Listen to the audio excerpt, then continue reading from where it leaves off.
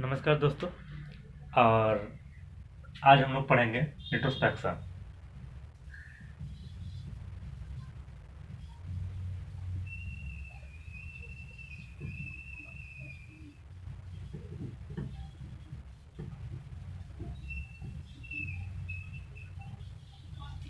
Introspection method.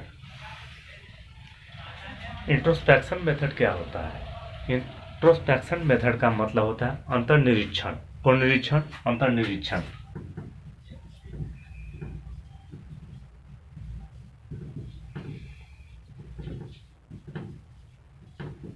अंतर्निरीक्षण विधि। अंतर्निरीक्षण विधि एक ऐसी विधि है जिसमें व्यक्ति जो है अपने अंतर्मन व्यक्ति जो है अपने अंतर्मन में झांक कर उसका निरीक्षण करता है, और जब वो निरीक्षण करता है उसे जो प्राप्त होता है उसी के आधार पे अंतर्निरीक्षण किया जाता है। यानी व्यक्ति को जो है अपने मन के अंदर जो झांकना होता है, अपने भीतर जो झांकता है, वो एक ऐसी विधि है जिसके माध्यम से हम उसको झांकते हैं। उस विधि का नाम है अंतर्निरीक्षण विधि, यानी इंट्रोस्पेक्शन मेथड। इस विधि के बारे में किस मनोवैज्ञानिक ने बताया था?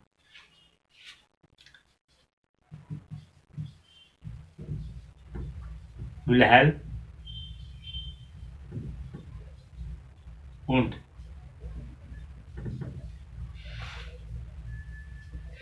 किसने बताया था?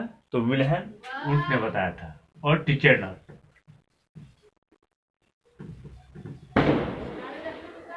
विल्हेल्म वुंट और टिचेनर ने बताया था किसके बारे में?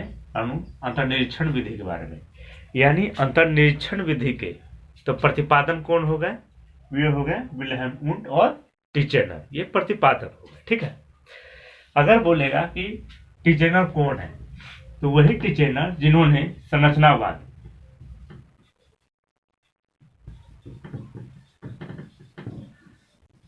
संरचनावाद स्कूल का स्थापना किया था। वही टिचेनर, ठीक है, जिन्होंने क्या किया था? संरचनावाद स्कूल का स्थापना किया था। तो अंतर्निरीक्षण विधि एक ऐसी विधि है जिसको क्या करते हैं, अपने भीतर के बारे में निरीक्षण किया जाता है। उसके बारे में किसने बताया था? तो विल्हेल्म वुंट और टिचेनर ने बताया था। इस विधि में जो है तीन चीजें बहुत आवश्यक है, यानी तीन एलिमेंट्स, 3 एलिमेंट इसमें बहुत आवश्यक है। तो कौन कौन एलिमेंट है इसमें? तो सबसे पहला एलिमेंट है नंबर 1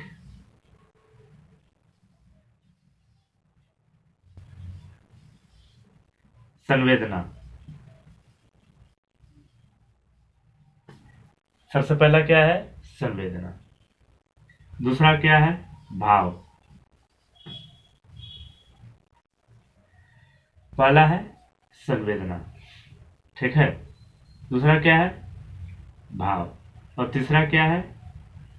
प्रतीक या प्रतिमा।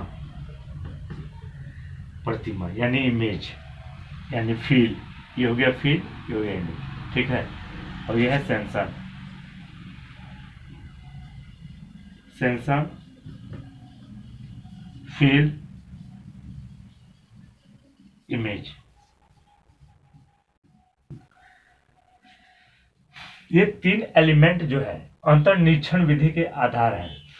इसका मतलब अगर ये तीन एलिमेंट अगर मिल जाता है अंतर्निरीक्षण विधि में, किसमें? अंतर्निरीक्षण विधि में ये तीन एलिमेंट अगर मिल जाता है तो इसका मतलब 100% क्या है? वो अंतर्निरीक्षण विधि है, यानी इंट्रोस्पेक्शन मेथड है।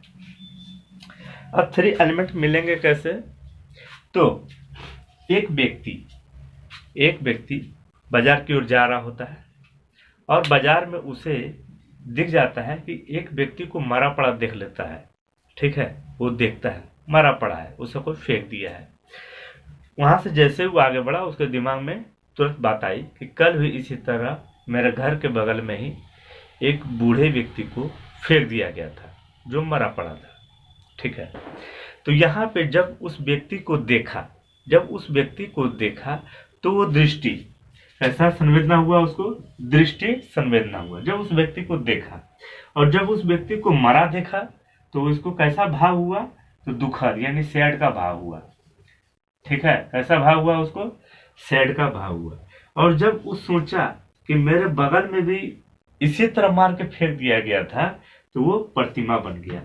यानी जब उसमें तीनों एलिमेंट्स आ गए, क्या आ गए? जब वो अंतर निरीक्षण किया और ये तीनों एलिमेंट्स संवेदना, भाव और प्रतिमा यानी सेंसन, फील और इमेज, अगर ये तीनों भाव आ गए तो वो शुद्ध रूप से अंतर निरीक्षण हो जाता है। अगर तीनों में से एक भाव अगर हम छोड़ देते हैं, चाहे ये अगर छोड़ देते हैं, तब क्या हो जाता है? आत्मगत। आत्मगत विधि। कौन विधि? आत्मगत विधि, जिसको सब्जेक्टिव ऑब्जर्वेशन आप लोग कहते हैं।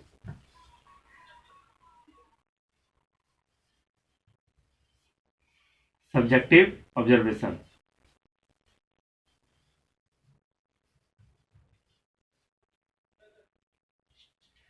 सब्जेक्टिव ऑब्जर्वेशन, ठीक है। तो क्या हो गया? आत्मगत विधि।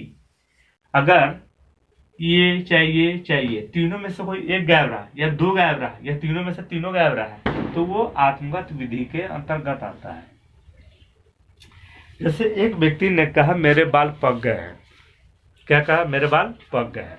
तो उन्होंने सिर्फ अपने बारे में बताया कि मेरे बाल पक गए हैं, तो वो आत्मगत विधि के अंतर्गत आता है। यानी बाहरी, जब बाहरी प्रभाव उस व्यक्ति के अंतर्मन पर पड़ जाता है तो हम कह सकते हैं वो आत्मगत विधि के अंतर्गत आता है।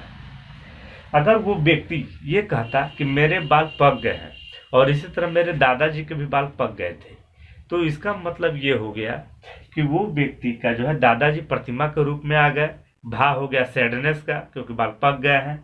तो ये आत्मगत विधि न होकर ये अंतर्निरीक्षण विधि कहलाता है। समझ में आ रहा होगा आप लोग को आसानी से? ठीक है, ये आ गया। अब हम लोग मानते हैं कि मेरिट और डिमेरिट दोनों होता है। यानी कोई अगर विधि बनता है तो विधि में मेरिट का भी गुण आते हैं और डिमेरिट का भी गुण आते हैं।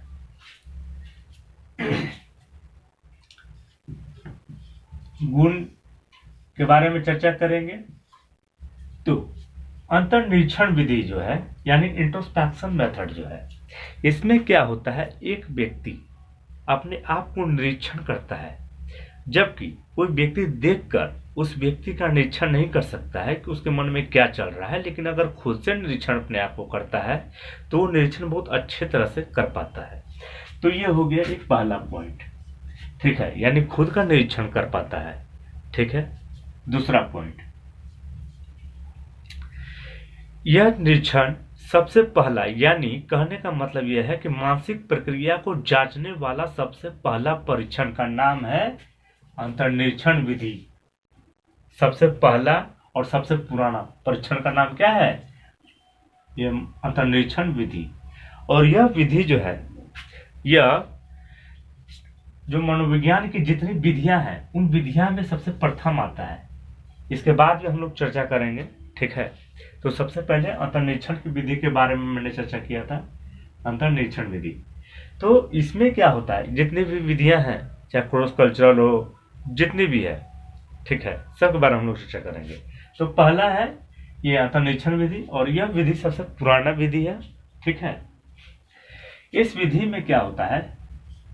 थर्ड, अंतर्निरीक्षण विधि में क्या होता है कि इस विधि में मतलब अपने मन को जांचने का एक ही मात्र एक तरीका है, उसका नाम है अंतर्निरीक्षण विधि। अगर आपसे सवाल आ जाए कि वह कौन सा विधि है जो अपने अंतर्मन को जांच सकते हैं, तो वह अंतर्निरीक्षण विधि आता है।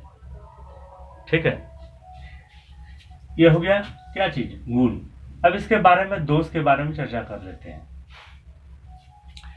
कभी कभी क्या होता है, गुण को समझते हैं तो दोष भी ऑटोमेटिक समझ में आ जाता है, और दोष को समझेंगे तो गुण भी ऑटोमेटिक समझ में आ जाता है। इस विधि का दोष, सबसे बड़ा दोष यह है कि व्यक्ति जब गुस्से में होता है ना, तो अपना अंतर्निरीक्षण नहीं कर पाता है। क्या करता है वो? अगर अंतर्निरीक्षण करने के लिए अगर हम उसको कह देते हैं तो उसका गुस्सा शांत हो जाएगा। गुस्सा शांत हो जाएगा तो वो अंतर्निरीक्षण नहीं कर पाएगा। ठीक है, अगर अंतर्निरीक्षण करता है तो उसमें दोष आ जाएगा। ठीक है, तो मनोवैज्ञानिक ने कहा कि चलो तुम गुस्सा पहले शांत कर लो, इसके बाद अंतर्निरीक्षण करो। तो गुस्सा शांत करने के बाद यानी वैसी परिस्थिति जब काम हो जाए, इसके बाद अगर उसका निरीक्षण किया जाता है तो उसी को कहा जाता है अनुदर्शन।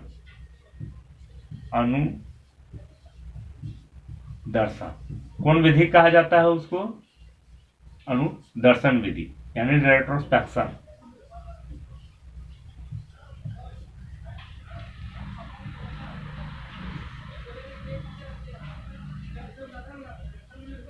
रेट्रोस्पेक्शन मेथड यानी वैसी विधि जिसमें कुछ परिस्थिति के पश्चात अगर निरीक्षण किया जाता है, जो सामान्य परिस्थिति है उस परिस्थिति के पश्चात अगर निरीक्षण किया जाता है तो वो रेट्रोस्पेक्शन मेथड कहा जाता है। इसमें डिमेरिट ये है कि ये सभी परिस्थिति में, मतलब ये जो गुण है, ठीक है, इसमें क्या होता है कि यह एक मानसिक प्रक्रिया की, जब मानसिक प्रक्रिया जैसे व्यवहार आदि हो गया, ठीक है, तो उसमें इसका क्या किया जाता है? अंतर्निरीक्षण किया जा सकता है। और यहाँ पे क्या है? सभी मतलब प्रयोगात्मक, सभी प्रयोगात्मक परिस्थिति में, सभी का बात कर रहा हूं मैं, सभी प्रयोगात्मक परिस्थिति में इसका क्या अंतर्निरीक्षण नहीं किया जा सकता है। इसमें भाषा का प्रयोग करने पर कभी कभी प्रॉब्लम क्रिएट हो जाता है। जैसे अंतर्निरीक्षण विधि में क्या होता है, जैसे 5 लोग हैं, 5 लोग को मैंने क्या खिला दिया? गाजर खिला दिया या मूली खिला दिया। तो जब उसको मैंने मूली खिलाया और पूछा कि स्वाद कैसा था, तो कोई क्या आंसर देगा, कोई क्या आंसर देगा, कोई क्या आंसर देगा, तो पांचों में मिलता नहीं आंसर, यानी अंतर्निरीक्षण वो गलत हो जाता है। क्योंकि सभी व्यक्ति का अंतर्निरीक्षण अगर समान होता है तो वो अंतर्निरीक्षण शुद्ध होता है, यानी 100% सही होता है। पर वैसी बात नहीं है। इसमें क्या है, भाषा के कारण कभी कभी व्यक्ति बोल नहीं पाते कि इसका उत्तर हम क्या दें, तो उसके कारण भी क्या होता है, अंतर्निरीक्षण बेकार हो जाता है, यानी दोष आ जाता है। इसके बाद एक और दोष है, उस दोष में क्या होता है कि सभी व्यक्ति में अंतर्निरीक्षण नहीं कर सकते।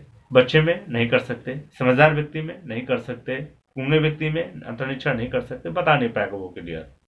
यानी एक समान उम्र से कम व्यक्ति का अगर हम अंतर्निरीक्षण करते हैं तो वो बता नहीं पाता है, उस भाषा का विकास भी नहीं हुआ, समझ का भी विकास नहीं हुआ है, जिससे क्या होता है उसके अंतर्निरीक्षण में जो है दुष्प्रभाव पड़ जाता है। क्या पड़ जाता है? दुष्प्रभाव। अगर आपको अंतर्निरीक्षण, थोड़ा सा स्क्रीनशॉट मार लीजिए आप लोग, इसमें जो है खासकर अनुदर्शन पे आप लोग ध्यान दीजिएगा, ठीक है।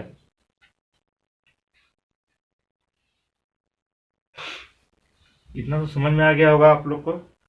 इसके बाद जो नेक्स्ट वीडियो बनेगा उसमें हम लोग प्रेक्षण विधि के बारे में बात करेंगे, यानी ऑब्जर्वेशन मेथड। इसका जो नेक्स्ट वीडियो होगा उसमें